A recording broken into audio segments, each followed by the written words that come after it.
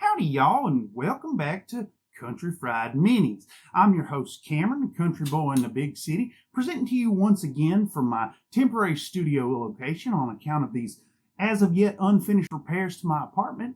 But I'm here again to present to you in another special episode. Of course, today's special is about summertime. That time when we should all be getting together and grilling out and having a good time with our friends. So we got a good grill out theme for you today.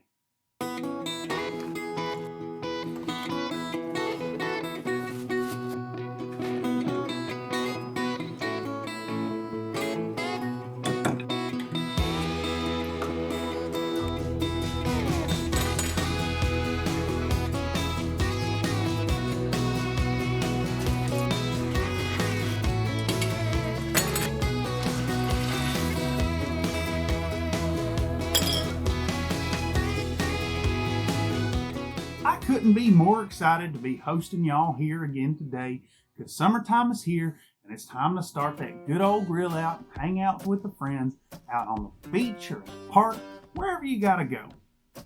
Unfortunately, I live in the city and a lot of my friends are homebodies or gotta travel a little much. My family's pretty far from home and I don't really get to see them as often as I like, especially in the summertime. That being said, I like to jump on the tradition of grilling out for the month of July with these models today. First on the agenda today, I want to jump over to Hardware Studios to pick out an STL file for today. They have some fun options as shown by this dinosaur here. Still, I'm on the lookout for something Battletech related, so let's go ahead and navigate over to the Units tab, where I'll narrow down the choices to just the walkers. We could do a super heavy, or maybe a construction mech, but I prefer silly. Maybe this here helicopter disguised as a mech. Oh my word. Good God, words fail me here. These are absolutely perfect. Well, a decision's been made. Let's slap them in the cart and print them out. Alright, as with any STL file, we're going to need to load them into software and add some supports on them. Some come pre-supported, but these do not, so I'm going to go ahead and use my favorite software, the Prusa Slicer.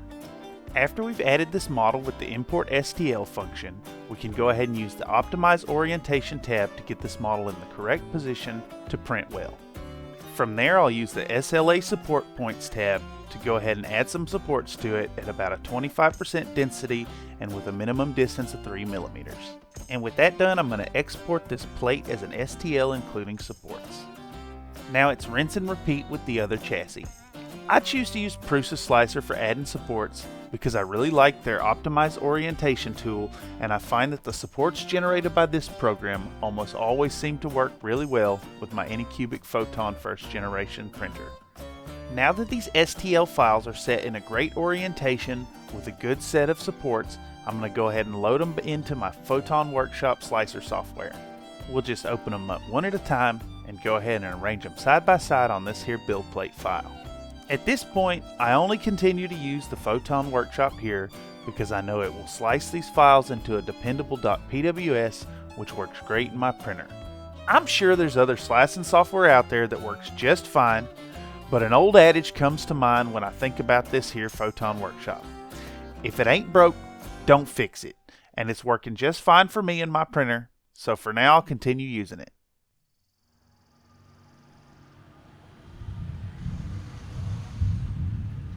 With that file sliced up and added to a USB stick, it's time to head on over to the 3D printing workstation. As with any printing project, first we're going to start by giving this here resin a vigorous shake. Though this is something you should always do before filling up your printer's tank, this is especially important for my setup because I use a mixture of resins. I've personally had nearly unending success by using a mixture of about 70% translucent green and 30% gray resins. Let's cut in here for a second and give thanks to Hardware Studios for their fine STL files. The detail on their models is amazing, but they're not too complex even for my first generation printer. Digressing, we're going to slam that USB stick into the printer and get it to a printing. We'll set it and forget it and come back later. And here we are 16 hours later with a completed print. We're going to go ahead and start by putting on some nitrile gloves to protect our fingers from the resin. As far as supplies go, we're also going to need our dunk tank of 70% isopropyl alcohol, a bottle of uncontaminated alcohol, and a roll of trusty cheap paper towels. Despite being an advocate for good paper towels, you're going to go through a whole bunch of them here, so cheap is the way to go. Now we'll need a tool to remove these files from the build plate. I selected my Bowie knife here because I thought it'd be funny, but it unironically turned out to be a great tool for the job. Its sharp edge can easily get under the raft for the 3D model, and its weight and heft can make it work as a great lever as you work to pop these models off the build plate. And even though it's a big unwieldy knife, if you're careful about tool placement and diligent about safety during your technique application, it seems like a well-suited tool for the task. After removing the models, we're going to go ahead and grab some clean paper towels and apply some uncontaminated 70% alcohol to it and wipe these things down. It's always good to clean the build plate right away and set it to the side so it doesn't get in the way of our other tasks. We also need to clean off our spatula. In my case it's a knife, but the idea still applies. From here we're going to go ahead and declutter the workspace a bit and lay down some paper towels for the next step. We'll set these freshly removed models onto the paper towel and start moving other things out of the way so we can prepare for the alcohol wash. We especially want to get the build plate out of the way so it doesn't get any of that contaminated alcohol dripped onto it while we're doing the washing up. Now, let's go ahead and make a little room on our workspace for this gigantic dunk tank of 70% alcohol. We're going to dunk the models and vigorously swish them around till we get all that surface resin cleaned off of them. This will make them less slippery for handling, but also soften the connection points on the supports. And once that cleaning step is done, we're going to carefully remove all the supports from the models. We really want to take our time doing this so we don't damage any surface details on the models and choose our tools carefully for the job. I personally like to go in first with these really sharp nips to remove all the connection points that would cause problems. I want to get off as many of these as I can, as from here I'm going to switch to some needle nose pliers to really wrench free the remaining supports. Still, we'll get this tedious and time-consuming step out of the way and take the clean models and put them back through a washer in the dunk tank. It's real important to note right here that we want to do all the support removal now so that we don't have some problematic points when we do the curing step next. I know there's plenty of fancy curing stations out there, but I like to use my little panda here. Firstly, look how adorable it is.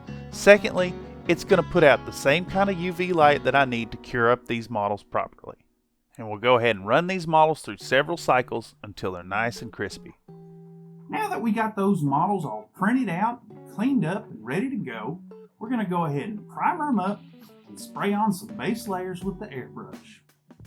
Although this isn't my normal method, I think that this year's a good time to start trying something new.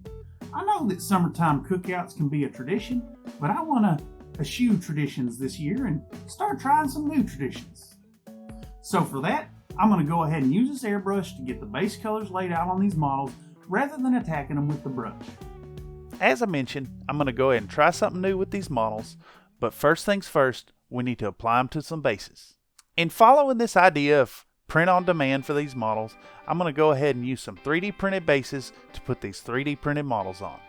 We'll go ahead and put some big globs of extra thick super glue on the feet of these models, and then set them up on the base so we can get the orientation correct.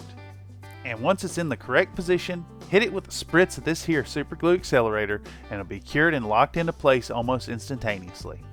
Just make sure to do your dry fitting first so you don't lock them down in a position you're not happy with. Bit of a tangent here, but I really like the smell of this here accelerator. It reminds me of when I was a youthful hobbyist assembling Warhammer models in my parents' house as a teenager. Of course that was like 20 years ago now. But they say time and tide waits for no man. But through that inexorable march of time, we still continue to hobby. Yeah, let's go with that. Nice, they look great together and gigantic as befitting the meat mountains that they are. I can only imagine these chassis would be 100-tonners. Comment down below if you agree.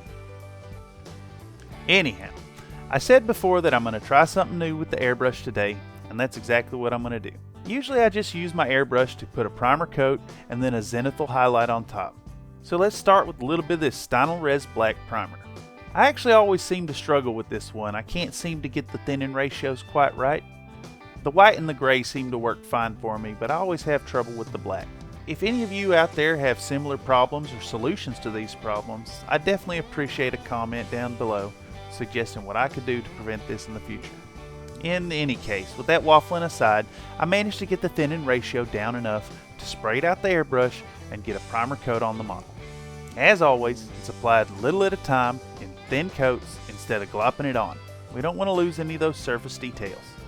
Though this is true for any primed model, it holds especially true for 3D printed models, as the details can sometimes be a little soft. As a sculptor can work at any scale they want and zoom in and out, the files available for print as STL files aren't always necessarily optimized for small scale printing.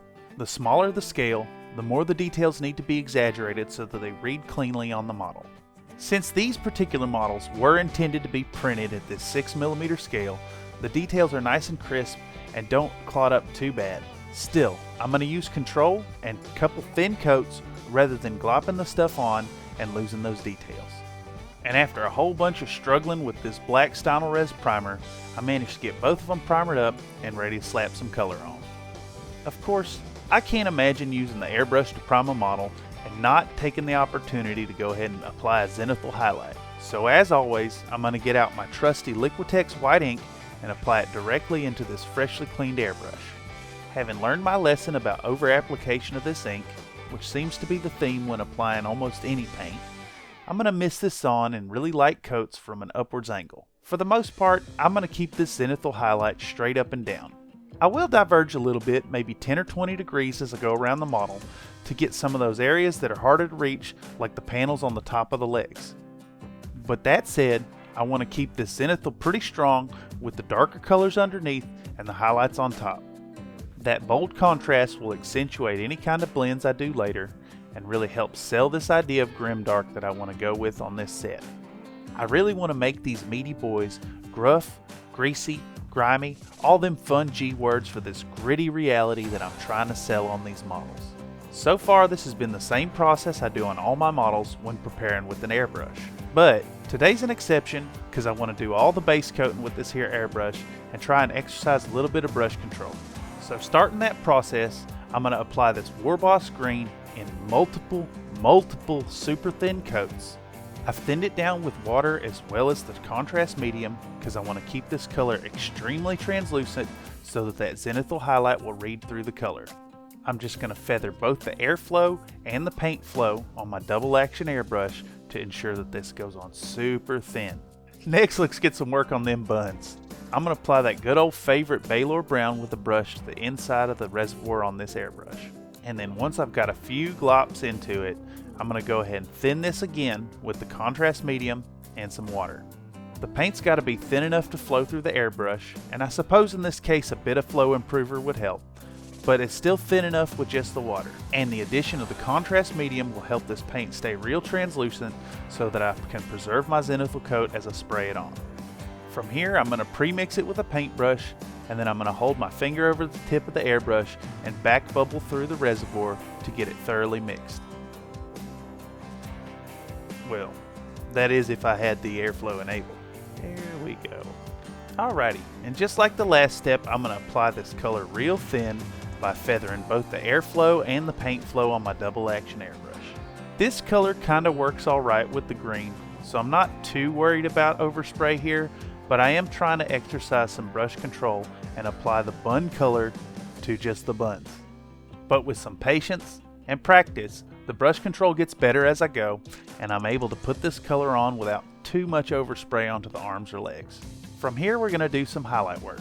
This includes a lighter brown on the top of the buns with a few drops of the white ink, some moot green on the tops of the arms and legs to clean up the overspray, and some yellow detailing on the mustard bottle for the hot dog and the coolant pods for the hamburger. All in all, I felt that the process up to this point went really smooth. I had my brush control really locked down, and I feathered the color and didn't get too bad overspray on most of the model. And finally, I went to apply some Mephiston Red to these models.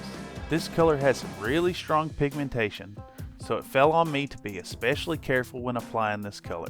Any serious overspray at this point could undo a lot of the work I've set forth so far, so I had to be especially careful and use very tight brush control. There we go. Easy does it, little at a time. No overspray. Well, that's not too bad. Not the worst, I suppose. Yeah, fuck.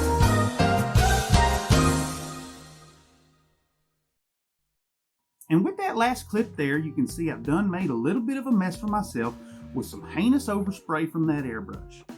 I maintain some pretty good control over most of the models, but it's difficult to use these airbrushes, especially the cheaper ones. I suppose this moment is where the more expensive ones will work a little better, but this one works just fine, and I'm going to clean it up real nice with a brush in the next episode. Even though we're using this opportunity to try out some new things, this is also an opportunity to blend some good old traditional methods in with these new traditions and make them work together. And by doing so, we're going to create something beautiful. Ain't that the whole point? I also want to take a little time to thank our fabulous guest artist, Regan Shupe. If I'm mispronouncing that, please let me know in the comments down below. But digressing, I'm going to leave some information in the description down below, and you should go over and check them out and see the other works that are available by this fabulous artist.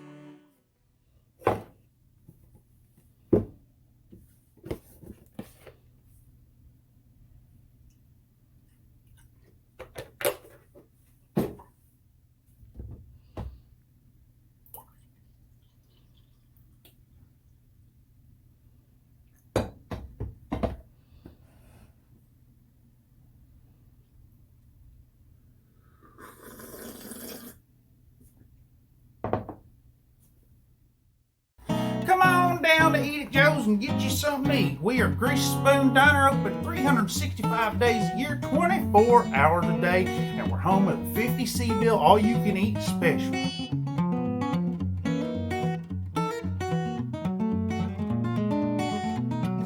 Whether you're looking for bacon, soy riso, or just some steamed veggies on the plate, we got you covered. We're friendly to all vegetarians, vegans, and even cat people from Canopus.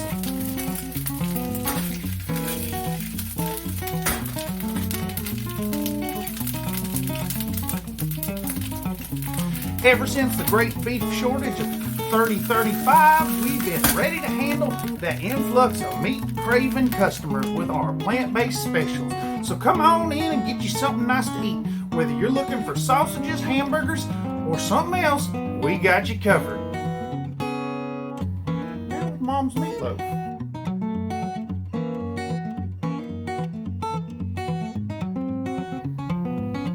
Big Mac, no problem. We got plenty of space. We even got room for them 100-tonners. So bring down your Awesome or your Atlas, and we'll pick you up curbside valet service.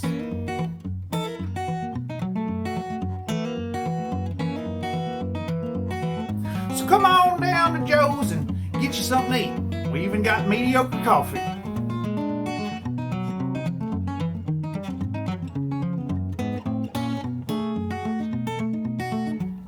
Just remember, that's Eat at Joe's. Look for the big neon sign, you can't miss it. We're out back in Van Zandt.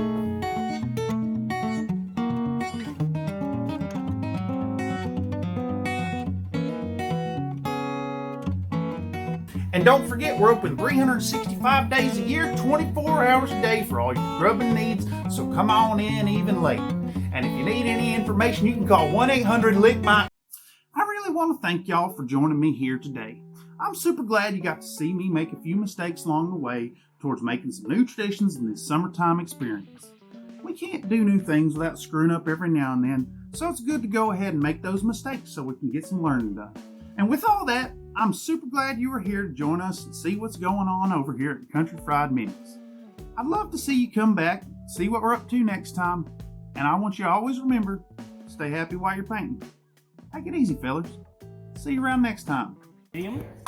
All right, The translucent is going to be the ER large. you got it. Alright, so starting from 4, 5, 6, 7 before range, 8 before range. All right, You don't have cover?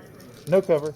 Alright, so plus 4, plus 2 because medium range, so 10s. Okay, looking for 10. All miss, yep, all misses. I want to thank y'all for sticking around through this episode today. These two models have turned out to be a ton of work, and we're going to break them down into 2 episodes to make the content a little more digestible. I also want to thank y'all for sticking through this experimental stuff with the fun little videos that I want to pepper into my stuff in the future. So, as always, thanks for watching. Hope you come back and see what we have in store for you next time. Take it easy, fellers.